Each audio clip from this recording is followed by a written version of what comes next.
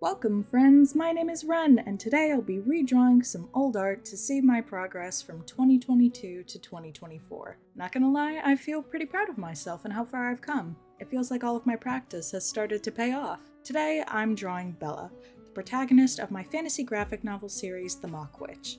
Her design has gone through a lot of revisions and phases, but I think she's come a long way. If you like art, comics, and storytelling, consider subscribing.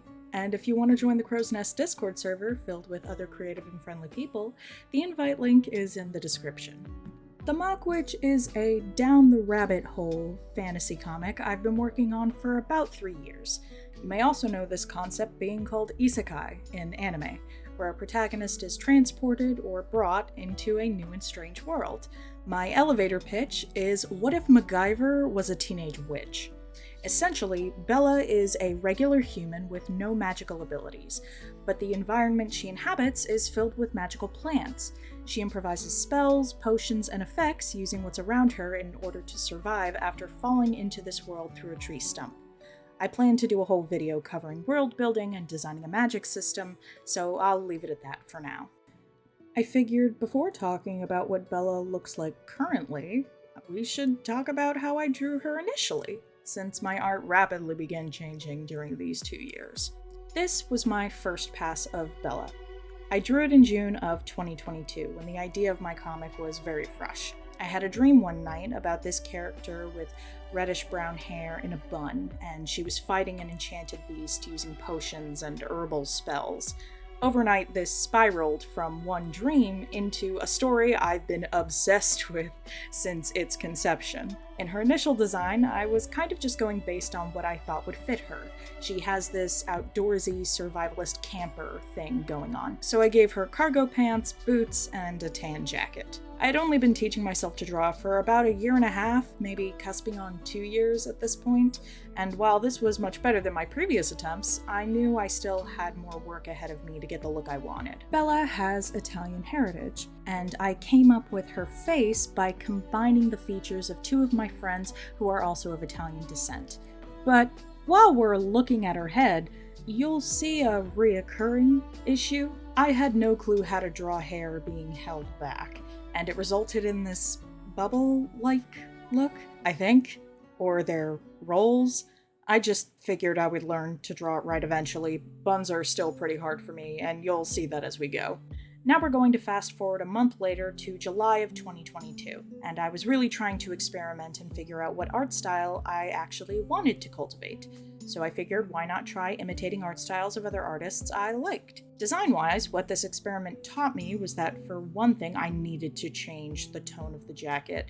That dark brown was just really not great, and it added another color to her palette that I wasn't really feeling. I switched to the 60-30-10 rule. It's a principle in design describing how to ratio a dominant, secondary, and accent color.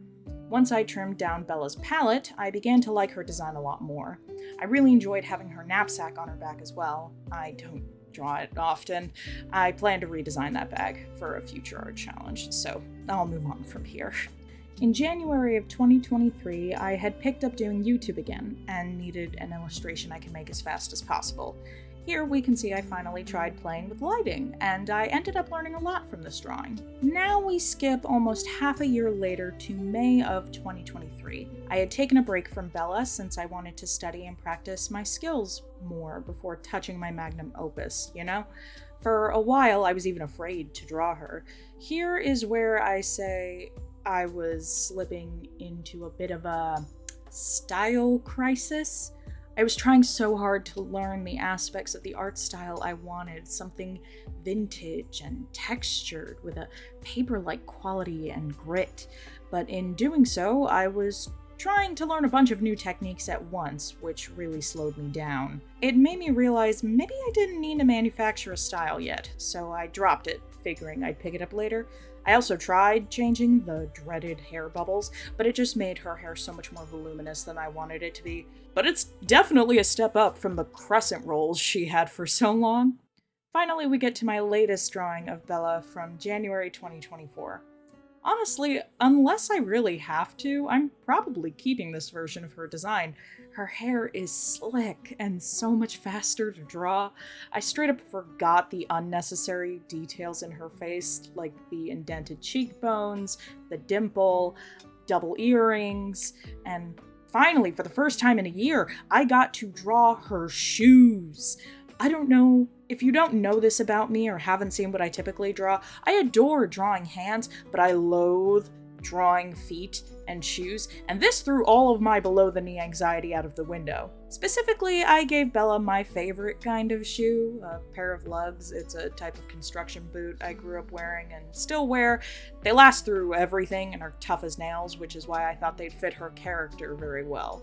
And it was really fun to draw them.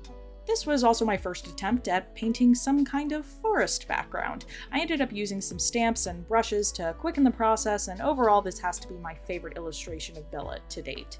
You can find updates about the Mock Witch on my Tumblr blog for it in the description.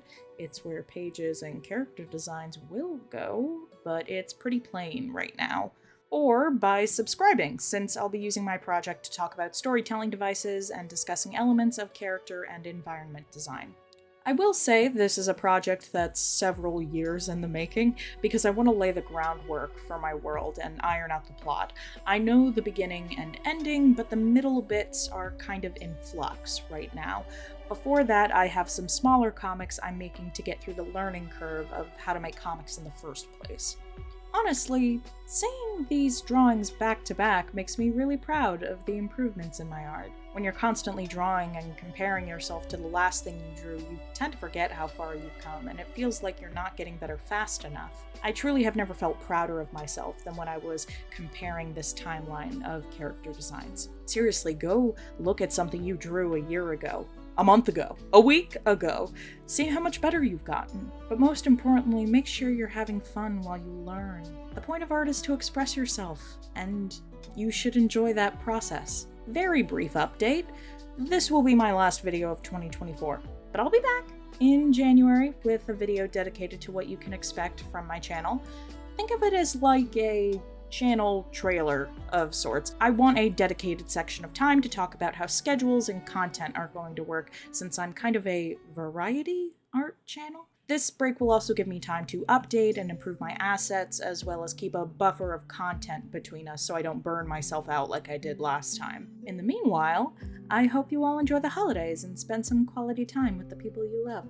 Just remember to stay hydrated, stay safe, and be yourselves. Ciao!